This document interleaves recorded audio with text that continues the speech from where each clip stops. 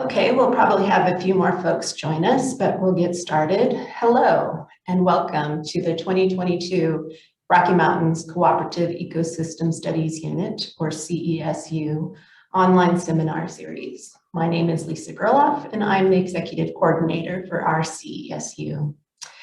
Over our 20-plus year existence as a federal agency, university, conservation, NGO network, with over 1,000 projects assisting our federal resource partners, we estimate that at least 75% of our projects have had student involvement. That could be supporting graduate or undergraduate research, internships, field schools, and participation in class projects. In 2007, the Rocky Mountains CSU established our Student Awards Program to recognize the outstanding work being done by our students. This year's seminar's theme is a celebration of the scientific and scholarship contributions of those student award recipients. On January 27th, we kicked off the series by recognizing our two most recent award winners, Scarlett Engel and Jacob Oram. Scarlett walked us through a culturally appropriate museum redesign of Chapin Mesa and the tribal outreach conducted to create it. And Jacob demonstrated how statistics is assisting in whitebark pine conservation. A recording of their presentation is available on our website, and I'll share that link in the chat box shortly for you. Today's seminar is also being recorded and will be available on our website by early next week. Before I introduce today's speaker, I will point out that the presentation will run for about 40 minutes, and we will have time afterwards for your questions. Please use the question and answer box to type in your questions. Should be located at the bottom of your screen. I'm thrilled to introduce Jeremy Sueltenfuss. Jeremy was a recipient of the 2017 Rocky Mountains CSU Student Award. At the time, he was a PhD student at Colorado State University. His advisor, Dr. David Cooper, nominated Jeremy for his contribution to the CESU project titled Restoration Design for Lulu City Wetland, Rocky Mountain National Park, Colorado. In his nomination, Dr. Cooper noted that Jeremy's work is directly assisting Rocky Mountain National Park address their resource needs for wetland restoration and landscape planning, management, implementation, and monitoring. This work is of great value to Rocky Mountain National Park and will be used by other parks in the network, as well as the Rocky Mountain Inventory and Monitoring Program of the Park Service. Dr. Cooper went on to report, Jeremy's work is interdisciplinary, involving hydrology, geomorphology, vegetation science, ecology, and technology. Because he can integrate so many fields, his work is of exceptional value to Rocky Mountain National Park and the public. Moreover, Dr. Cooper went on in his nomination to emphasize, Jeremy is one of the most engaging speakers I have ever worked with in my 30-plus years in academia. He has a great career ahead of him, and his ability to work closely and contribute to the information needs of the federal agencies is unparalleled. It appears Dr. Cooper's called it correctly. Jeremy now has graduate students of his own as an assistant professor at Colorado State University, and some of his current projects are through our CESU mechanism. He and his grad students focus on ecosystem management and the restoration of mountain systems. Jeremy has collaborated on projects from Alaska down to Peru, all of which seek to understand the impacts we have on the natural world and how best to manage or restore those systems. We're so pleased to have Jeremy with us today, and I turn it over to him. Thank you, Lisa. That was such a generous introduction. It is such a pleasure to be here. The CESU mechanism has played a significant role in my development as a scientist, the journey that I took as a student. And as Lisa mentioned, some of my current graduate students are funded through the CESU, so it continues to be quite important to my professional life. And my personal life, as you'll see, all the relationships that I've built through all of this research. So I'm thrilled to be here today with you. This presentation I'm calling Co-Creating Knowledge to Inform Restoration and Management. As Lisa said, I'm an assistant professor at Colorado State University, and my graduate students and I focus on mountain systems, ecology, and restoration. 5 years ago, kind of amazing, it's been 5 years, I was here talking with you, presenting on what Dr. Cooper nominated me for, this project, Restoration of Lulu City Wetland. And I won't spend too long talking about it, but I do want to mention it only because it is one of the most impactful projects that I've worked on in my career and continues to pay dividends professionally and personally. I've learned so much, I've grown so much, and it's just an amazing project. So a quick overview, introduction to the project. Here we're looking at just this easy kind of Google Earth image. This is the west side of Rocky Mountain National Park. This is the headwaters of the Colorado River. The Colorado River here is not the big raging river flowing through the Grand Canyon we all think of, but a little trickle, right? This is where the river really starts as snow falling on the mountainside. And you can see in the bottom of the picture, you can see Trail Ridge Road, if you're familiar with Rocky Mountain National Park, coming up over the pass. And then we have the valley, and in the background is just like the formidable peaks of the Never Summer Mountain Range. And on the slope of the Never Summer Mountain Range, you see a road, and that road actually is a ditch, an irrigation ditch called the Grand Ditch. The Grand Ditch captures tributary waters that historically flowed into the Colorado River. It captures that water and sends it over the Continental Divide into the Cache La Poudre watershed, which flows through my hometown of Fort Collins.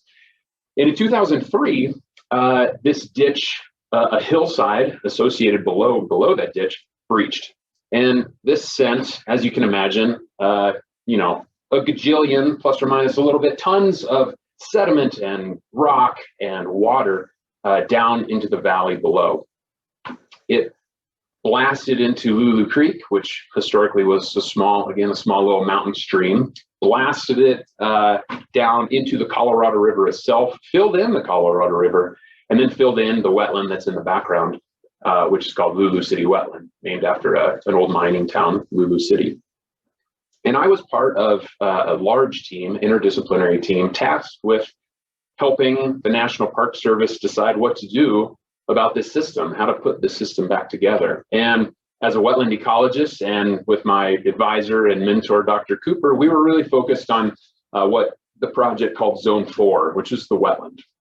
And through a long series of meetings and years of collaboration and talking, it took a long time even to figure out what our goals really were, right? To restore an ecosystem. There's a lot of definitions to restoration. So it took us a long time even to figure out our goals, but what we really wanted to do was reconnect the river to its historic channel, and then, generally create this floodplain topography that promoted willow establishment. Because willows, as I'll mention in other subsequent projects in this presentation, willows are this foundation species for these ecosystems, and they've been lost mostly from these systems. This project is one that I present. So my role as a professor here at Colorado State University is a teaching faculty. The majority of my workload is focused on teaching. I teach many classes, undergraduate to graduate classes, ranging from introduction to ecology. I teach wetland ecology and restoration. I teach disturbance ecology, natural resource management. And this project, I present this project in every single one of my classes because it's just so perfectly tied to many other concepts we cover, whether it's ecology or disturbance ecology, restoration ecology.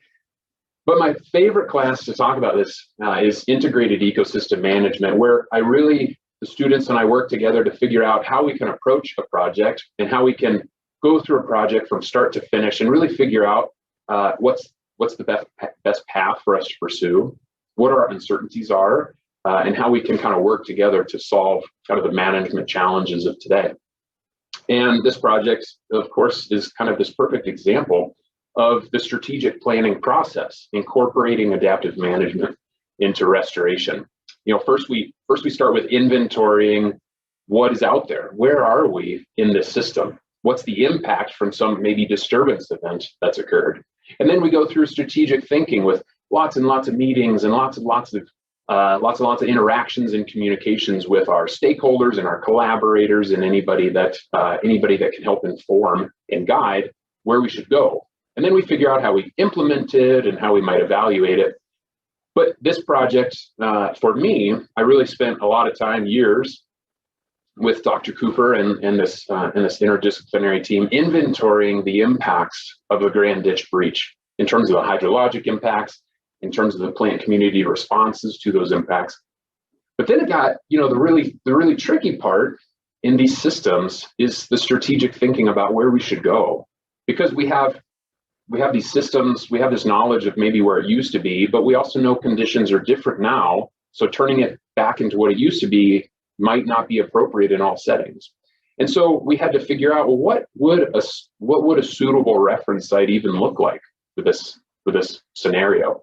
So we had historical references from photos, tall willow communities in the background of Lulu City. There's no ditch up on the hillside, right? So this is from the 1800s, before the ditch was constructed. So we had an idea of what it used to be. That provides us a reference. We have a general conceptual reference of a floodplain, a river and its floodplain that we have.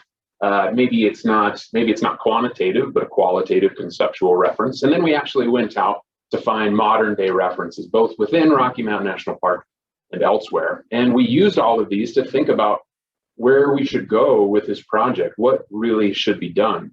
But we also had lots of unknowns about the future, climate change, even just the impact of our restoration. What happens when we reconnect the historic channel to above and below the project area? What happens to Lulu City wetland? We kind of had no idea. And so we had to incorporate some adaptive management. We incorporated statistical models of willow growth from other projects. We sort of just pulled all of these disparate pieces of information we could together to tell a story and to critically address sources of uncertainty. And just going through this process, maybe we didn't go through it as clean and linear as I just described it, but it provides a model for how I pursue projects now. It provides a model for how I am very explicit about the uncertainties associated with each project and how we can collect data and inform those uncertainties, lower those uncertainties. But more than anything, it impacts my approach to projects today in terms of the relationships that I built through this project. We spent inordinate amounts of time emailing, being in meetings, communicating and arguing, pushing each other critically, evaluating each other's proposals to make sure that our approach was right, was the best path forward. And this was an amazing bonding opportunity to ensure that the scientists in the room were creating relationships with the managers and the decision makers. And that has continued to lead to new projects that are shown on the screen and just lead to lasting relationships. Right before COVID shut the world down, I presented with Scott Esser from Rocky Mountain National Park. I presented on this idea of co-production in science, and as a co-production as a tool to make sure that the science that I'm providing is usable, is actionable, because sometimes science can be, it's kind of easy in terms of not having any decision-making authority. Maybe it's quantitatively challenging, figuring out the statistical rigor, but at the end of the day, a lot of times we hand our information over to the people who have to still make decisions, and they have quite the task ahead of them. And so it's important that we as scientists aren't this person backing up to the loading dock, really so excited about all the science we have in the back of our truck, and yet we unload it right where we're not supposed to unload it. It's not actually what they were looking for. Instead, we should pursue co-production of science, making sure that from the beginning, we're doing the science that is usable, that's actionable, that can lead to decision making.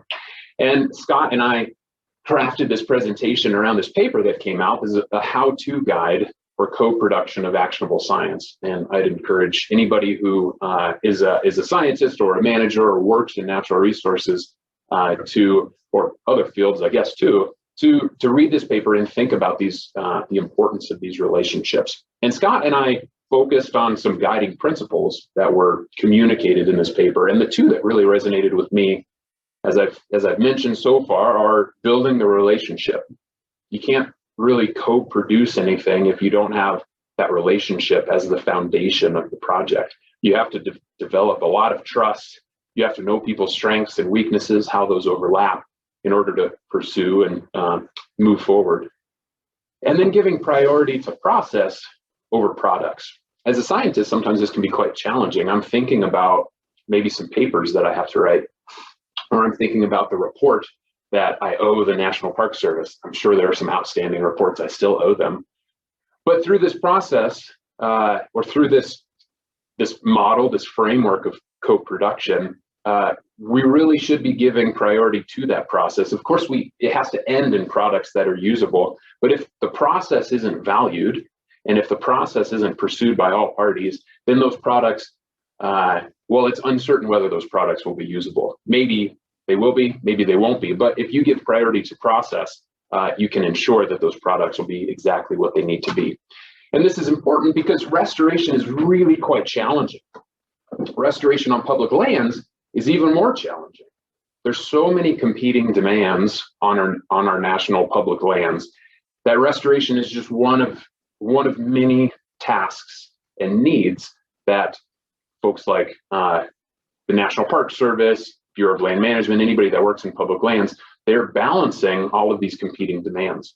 And it's difficult to affect change also, right? These are large organizations. When they pursue something, they can affect change on large scales, but it's hard to get them to change sometimes, and that's a challenge.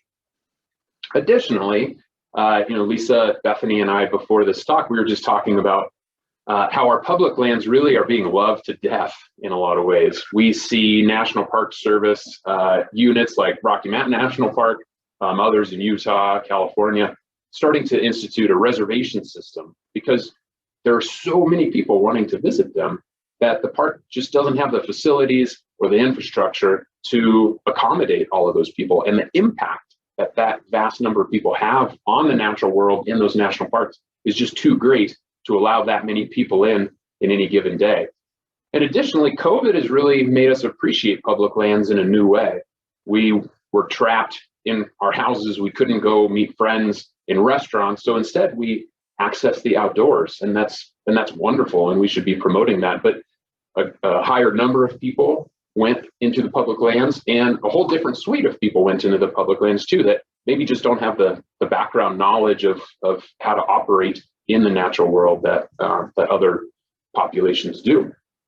So what can we do to restore these systems? It's a challenge. How can we overcome the uncertainties related to different ecosystems and the policies and management approaches of the different park units, right? So Rocky Mountain National Park has one sort of culture and ethic of how to address some of these challenges. Different parks have different approaches. How do we reconcile some of those across the very many different ecosystem types? Well, it's something that the lab that I have and my graduate students and undergraduate students and I work on. So we've called ourselves the Mountain Systems Ecology and Restoration Lab, and we work on lots of projects, as its name implies, related to the ecology and restoration of a variety of mountain systems. And so I'd like to take the opportunity to go through a few of these projects. So my first graduate student that I had just defended her master's thesis, Taryn Contento. Congratulations to her. She continued to pursue some of these overlapping ideas related to the Grand Ditch project itself and the Lulu City wetland restoration, thinking about willows at the scale of the entire valley, of the Kawanichi Valley on the west side of Rocky Mountain National Park. And she looked at willow growth responses to altered disturbance regimes within the park. She thought about changes in herbivory levels, changes in water levels, and hay production in the past. And it's important to recognize, this might not be news for people on this call, but I think the general public might not realize that our national parks aren't these pristine landscapes that have been untouched by humans. Quite the opposite.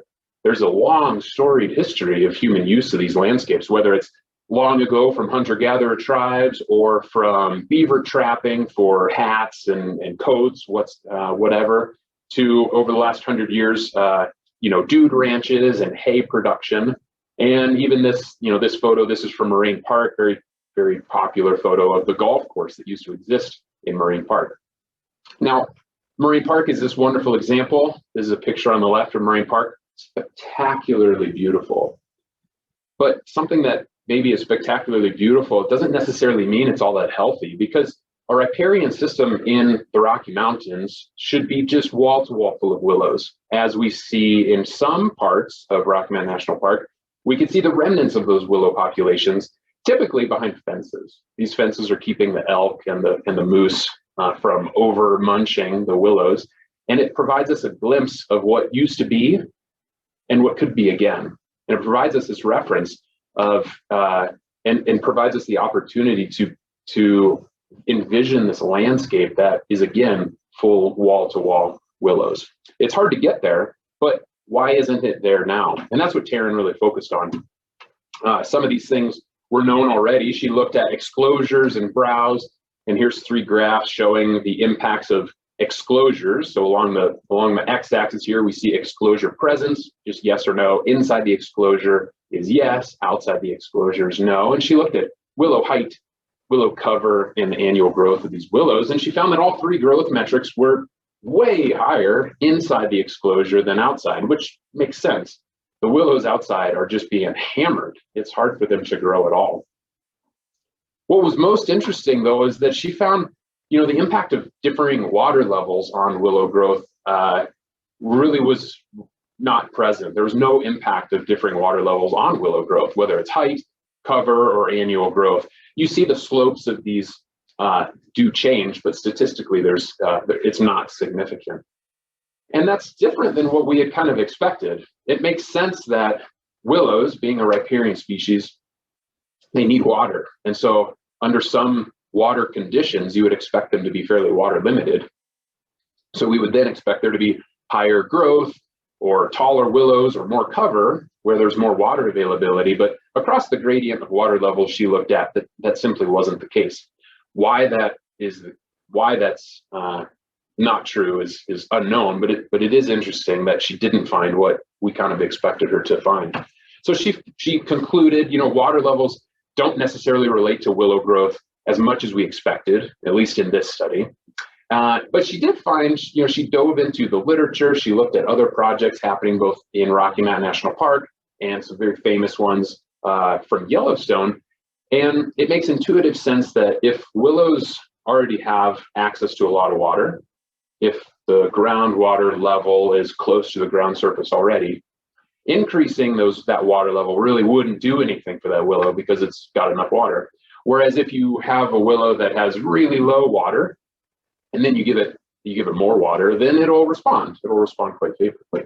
And she looked at all these different studies and found that potentially there's this threshold at about 1 meter below ground for groundwater levels. If the groundwater level's below 1 meter, that willow might be water limited, and giving it more water will make it grow higher. If the groundwater, though, is above 1 meter or within 1 meter of the ground surface, increasing that water might not do as much. And that kind of makes intuitive sense, but it's interesting to just think about what that threshold really is for a willow. But of course, from a restoration and management perspective, beaver dams and flooding, which is kind of the hot button sort of way to restore these systems now, is to create these fake beaver dams, or at least get beavers back on the landscape. Doing that provides more than just water increases for willows. Beavers affect major changes on the landscape, right? We call them ecosystem engineers because they change the landscape in such fundamental ways. When beavers are present, this is a picture in Horseshoe Park on the left of a beaver dam. And then this little schematic shows a change through time in this system that doesn't have beavers on the left to one that does have beavers on the right. And when there's no beavers, the rivers typically get very incised. Incised means, the channel's very deep, the water's very low, and it's hard for that water then to access the floodplain. So the floodplain is quite dry in these systems. As opposed to when beavers are present, they build up those dams that we all know about. They spread that water out and they make a mess of things, and rivers really should be messy to be healthy. So we can look then at what the influence of beaver have been in Rocky Mountain National Park, for instance, and we can compare just some really basic imagery. You can go on Google Earth right now and find this exact same comparison in the Kawanichi Valley, comparing 1990. So it's black and white. It makes us think it's a long time ago, but it's just 30 years ago, 1990, compared to just a couple of years ago, 2019.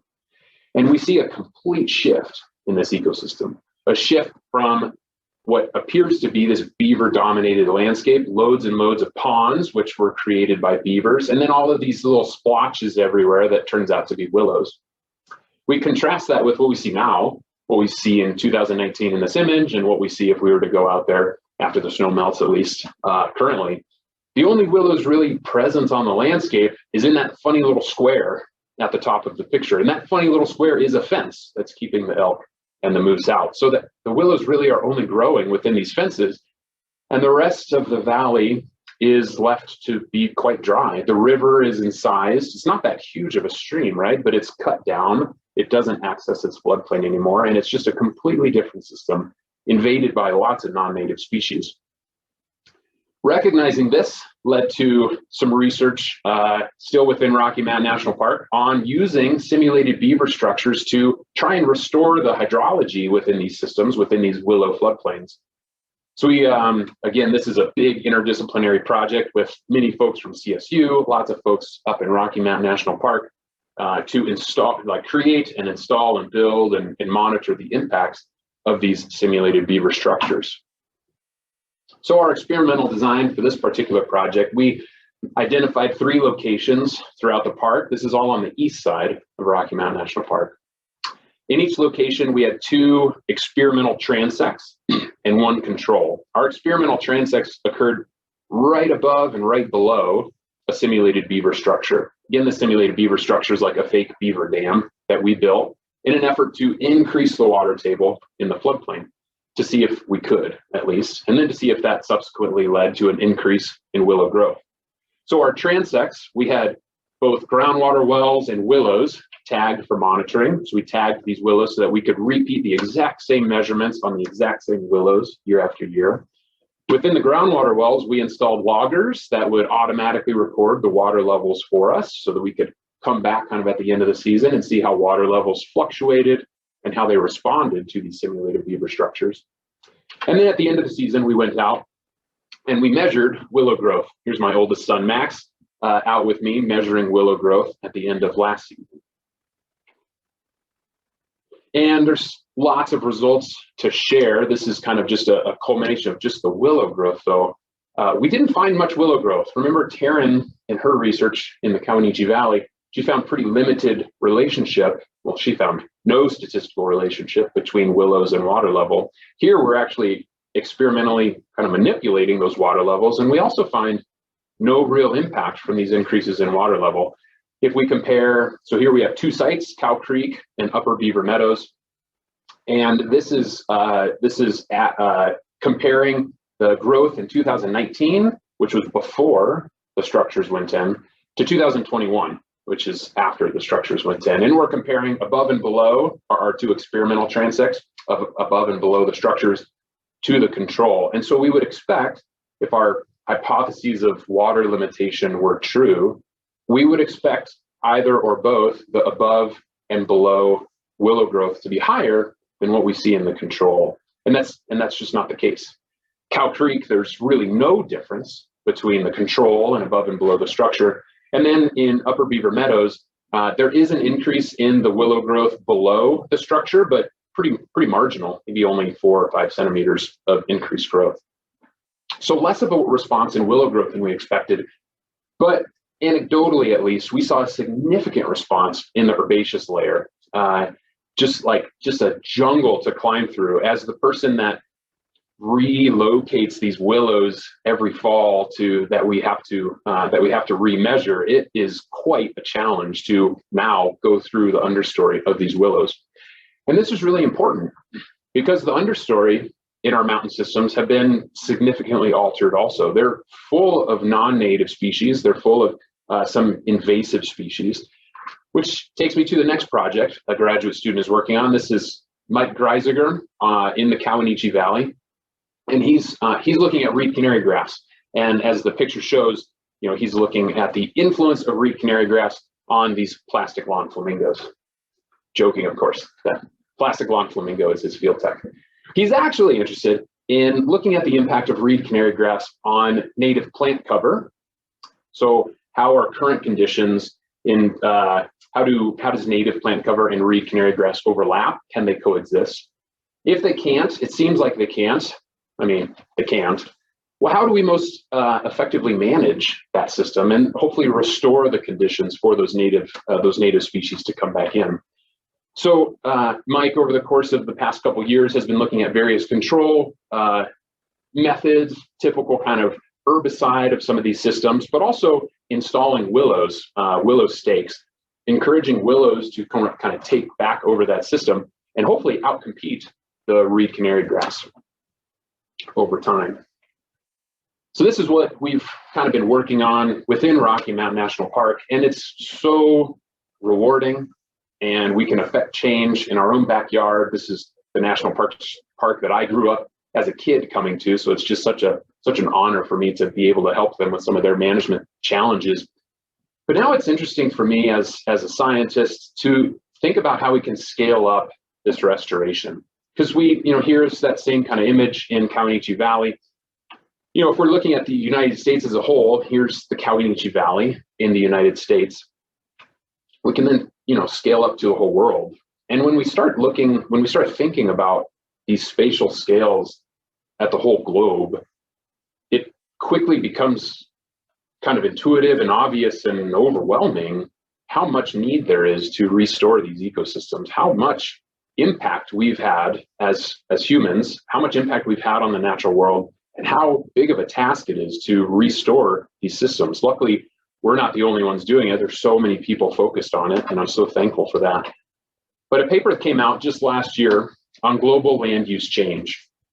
And land use change is something I think about a lot as a restoration ecologist. We're thinking about chunks of the land, how those lands change from whether it's prairie or forest or wetlands, how they've been changed to agriculture or municipal uses, and then what happens to them along the way and how we can potentially put them back together. But this paper in Nature Communications came out with this kind of dire title: Global land use changes are 4 times greater than previously estimated. Oh, that is not awesome.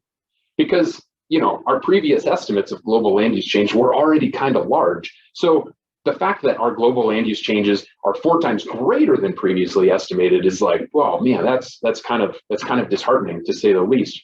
This paper provides this map showing where these land use changes have occurred. And this is just over the last 60 years.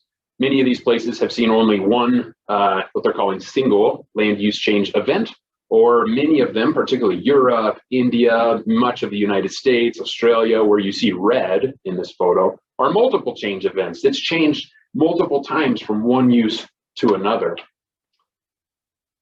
But what this paper also shows us is that there has been a steady increase in the amount of land area that is converted every single year. The amount of land converted every year increases and increases and increases. Until like 2005. At 2005, all of a sudden it switches and there's a decrease in land use change. And this decrease in land use change is seen across the globe, all these major land use areas, North America, South America, Africa, Europe, Asia, Australia. Everywhere is seeing a decrease in the rate of change year to year in their land area. Now we could be cynical and say like, nah, they're just running out of land to change. That I don't share that cynicism. I see it as an opportunity to identify these locations on the land that have been converted, that are probably impaired or degraded, but are no longer actually needed for what they were originally converted for. So how can we promote restoration on these lands that are no longer, quote unquote, needed for human use? And then what role do public lands play in that restoration strategy? Well, in the United States, at least, they should play quite a large role. Over a third of the United States land is public land. National Park Service has 84 million acres. The Bureau of Land Management, 248 million acres. U.S. Forest Service, 193 million acres. And Fish and Wildlife Service, 95 million acres of land. They also have 760 million acres of submerged lands and waters, but those are like giant marine reserves that, you know, I have no expertise in and isn't the focus of this talk. But that's a lot of land that's under federal public land management. And as I mentioned earlier, the restoration funds that they have to work with simply do not address the full scope of the restoration needs. Remember, they have to balance a lot. They're balancing facilities and maintenance, they're balancing recreation and safety, and it's just simply the land impairment is extensive on federal lands. I went through the history of the mountain valleys, right, between hunter-gatherers and beaver eradication. The land impairments are significant, and it's going to take a significant investment to restore those. And it's important, and a focus of mine currently, to think about how we can be creative in restoring these systems. And so there's a group of us now, both in academia and agencies and the private sector, thinking about how to incorporate wetland mitigation onto public lands. So this requires a quick detour into Mitigation 101. So let's pretend we have this wetland, this sort of swampy, wet area in the background, and you can see it's being filled in by some gravel. That doesn't make any of us feel good. We don't want this wetland to be filled in, but at the same time, we drive on roads, we live in houses, we develop this area, and sometimes these impacts are unavoidable. When it's an unavoidable impact, it requires mitigation to offset those impacts. And these developers who are impacting these wetlands have a couple options to offset their impacts. The first is that they could find some landscape that is impaired also, and they can restore it to offset the impacts that they've had. That is difficult and full of uncertainty and very expensive. And so many developers don't want to do that. Instead, another organization can come in and they can restore in advance, they can restore these big sections of the landscape and turn them into what are called mitigation banks, where they then have these credits that they could sell to developers. And so that developer would purchase however many credits they would require to offset their impacts from the mitigation bank. That mitigation bank would then keep track of who's bought what credits and how many they have left. And when they sell them all, you know, you can't sell anymore. It turns out there's a lot of money to be had in the mitigation banking world. One credit is typically like an acre, and that could be $30,000 to $100,000. So it makes me wonder, and it makes others hope, that there's some mechanism that we can utilize these mitigation funds to restore our federal public lands. Could something like a national park be used to develop a wetland mitigation bank? And these banks aren't just wetlands. There are stream mitigation banks. There are some habitat mitigation banks. Those are very specific to endangered species, like some endangered butterflies out in California. And there's a carbon market that, of course, has been around for a long time that people are trying to turn into a robust market. But wetland mitigation really is a well-developed concept, and there are mitigation banks all over the nation. But really, there's no mitigation banks on federal public lands. But it would be such a benefit if we could make this happen. It would allow us to fund restoration that might not otherwise be prioritized. Maybe we know these areas are impaired. We just simply can't make the case that they deserve the financial resources that would be required to restore them. But mitigation banking could provide that. It helps potentially restore systems that mostly occur only on federal public lands anyway, like seagrass. Most of the seagrass in the marine systems just offshore exist on public lands. So it requires some funding mechanism to restore seagrass on public lands, because that's just where they are.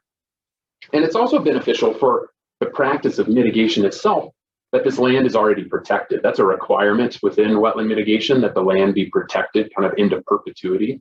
And these lands are, so it's already kind of a benefit. There are, of course, hurdles to anything new.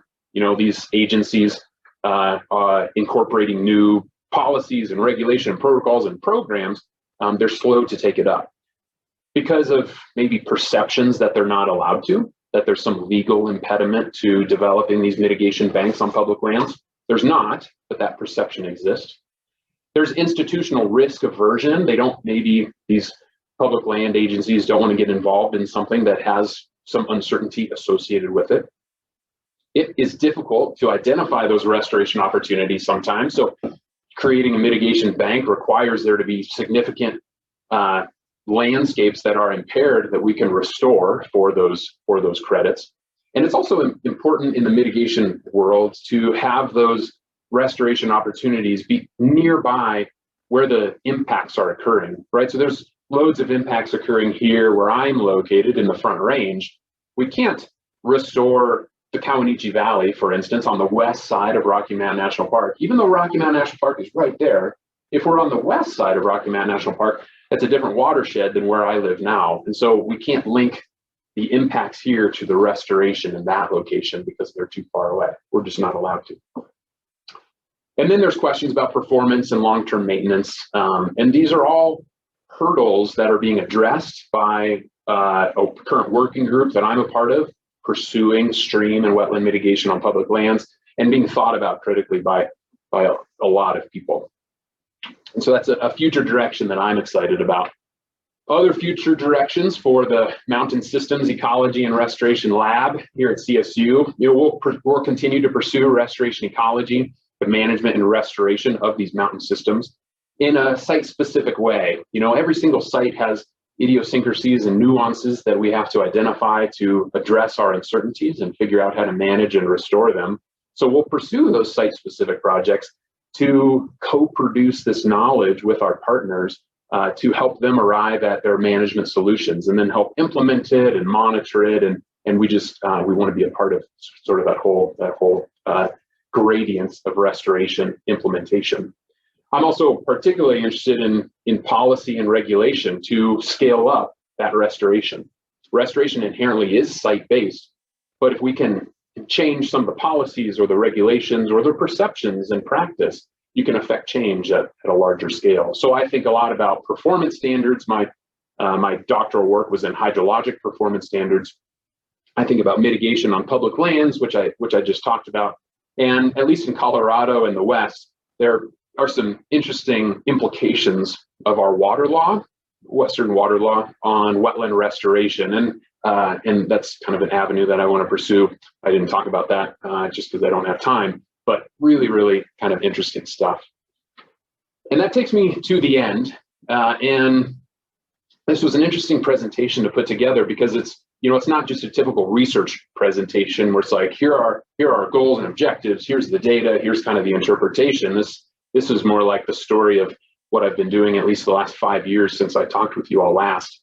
And there are just simply too many people to name all of them by name, but know that if I have worked with you in the past, if we have worked together, you've made such an impact on me and how I approach this world, whether it's my advisor, mentor, friend, David Cooper, whether it's my current lab, graduate students and undergraduate students, whether it's my collaborators in the national parks, Scott Esser right in the middle, whether it's past graduate students who now work for the national parks, Derek Shook, right? My parents down in the center there, or my kids in the bottom left, taking them out is just such a treat. And again, too many people to really thank by name, but know that I'm just filled with gratitude for everybody that I've been able to work with, and for all of you who have given me the last 40 minutes of your life to talk to. So with that, I'll leave you with one of my favorite pictures of my youngest son sketching a beaver dam up in Rocky Mountain National Park.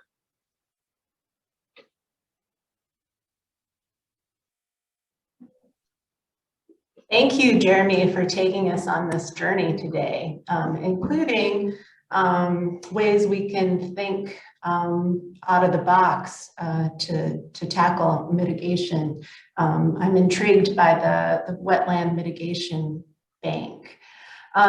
So let's open it up for questions.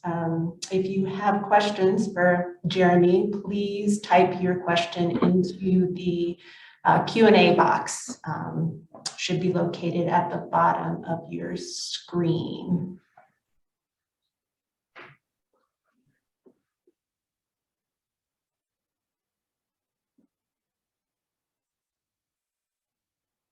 As we give folks a chance to type in their questions, Jeremy, I'll just ask you, before we went live,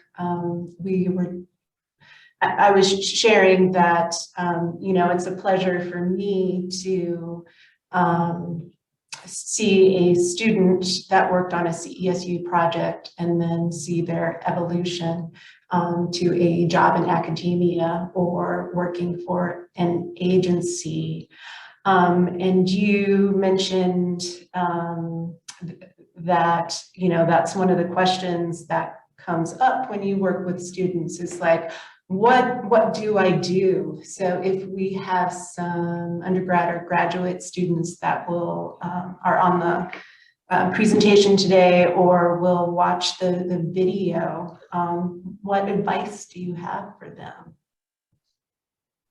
Yeah, I think, we all know the path that we took that led us to success, but it's just one path of many that could have happened in our lives. And so, I guess I would preface my statement with encouraging people to take everybody's opinion and word of advice with a grain of salt, recognizing that it's just the path that they went on. Having said that, I do have thoughts about how students can think about these things. Often what I tell students is maybe less explicit than what they would like to hear because they want concrete answers and a concrete path that they can pursue. But what has been true for me time and again is that if you work really hard and you're a decent human being who's enjoyable to work with, opportunities will continue to come your way. And we all want to work with the best people for a project, but we also want to enjoy our life and we want to work with people that are fun to work with. And so I guess that's what I tell students, like work really hard, but also love what you do and be willing to share that love of what you're doing with the people you're doing it with, because it frees them to show their love of what you're doing. And it just makes it really enjoyable. It makes all of these projects just so fun. And if I have the opportunity to work with somebody who's fun working with and who I know can do a decent job versus maybe somebody I don't know so well, I'll continually work with the people who I know are really fun to work with. And so that's often the word of advice that I give students: work hard and be a decent human being. And the recipe for a good life isn't so much more complicated than that, I think. Great advice. We do have one question here. Where can we find more resources on mitigation banks? Yeah, so mitigation banks are administered by the United States Army Corps of Engineers, and they have extensive resources on the policies underscoring banking and the background on banking. And they also house all the data associated with existing banks and existing mitigation sites. So if you are interested in specific mitigation areas, you can find very site-specific data also. There are also plenty of academics publishing some papers and books on wetland mitigation in general, and so I think pulling up just Google Scholar and doing a quick search for mitigation banking, I think can yield a lot of results there. There's less emphasis, because it's so new, there's less emphasis and resources regarding mitigation banking on public lands though, and I hope to be part of a team to slowly change that through time. But mitigation banking in general, a lot of that information is housed by the Army Corps of Engineers. Another question is, you mentioned relationships as a key to successful collaboration. How do you develop this kind of relationship with agency staff? Yeah, I guess,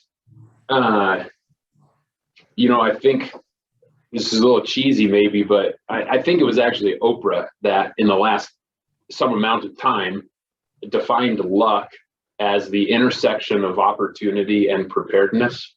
And my immediate thought when you asked me that is like, how do you develop relationships? Like, well, you kind of have to be lucky to have even the opportunity to develop those relationships in the first place. And it made me reflect on my own experience.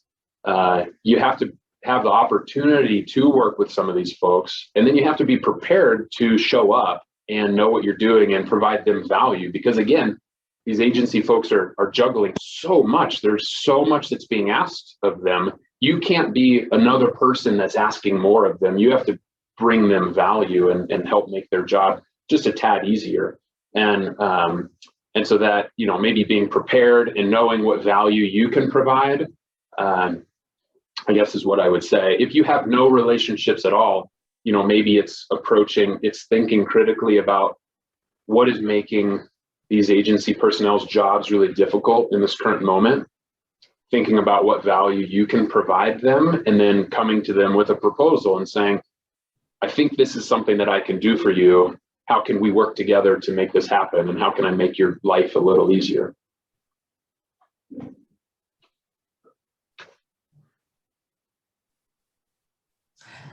Well, I think you were just so thorough and enjoyable. Oh, maybe we have one more question here. Yeah, that can't be what happened.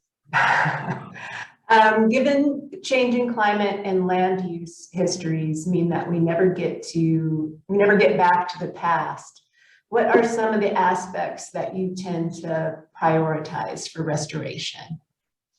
What a wonderful question. You know, it's a really fun discussion and debate to have about what restoration really means. You know, restoration used to be defined by turning a system into what it used to be. And the Society of Ecological Restoration changed their working definition of restoration away from that, recognizing that sometimes we can't get back what we've lost. And because of the conditions simply have changed, and the conditions going forward will continue to change. And so, you know, I tend to think about processes as an individual myself.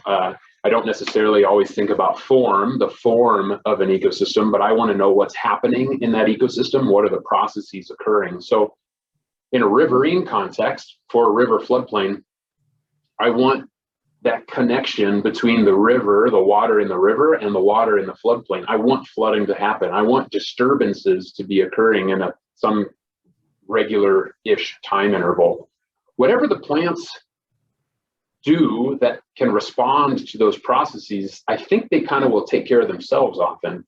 But my focus is more restoring these disturbance regimes, restoring these processes occurring at an ecosystem scale. And then I'm going to let those plants mostly kind of take care of themselves when I can. And so sometimes we get too stuck on maybe engineering. Sometimes we want, if something is too heavily engineered, we say like, okay, we want this rock to be here and we want it to be here forever. Like, wow, it's not really maybe the right approach. We should think about putting these systems onto some trajectory that they can maintain themselves through time, rather than say, okay, we're going to have this attribute here and this attribute here, focusing really on the form of an ecosystem. We should be focusing on the processes, the functions that are occurring, and making sure we're restoring those. That's what I think. All right, we just have a few minutes left, so I think we'll go ahead and wrap it up. Thank you, Jeremy, so much. It was a wonderful presentation, and thank all of you for joining us today. Jeremy's presentation, just to remind you, has been recorded and it will be on our Rocky Mountain CSU website by early next week. You will also receive an email letting you know that it's been posted, as well as announcing our upcoming talk. In just 2 weeks, we will have the next seminar in our series.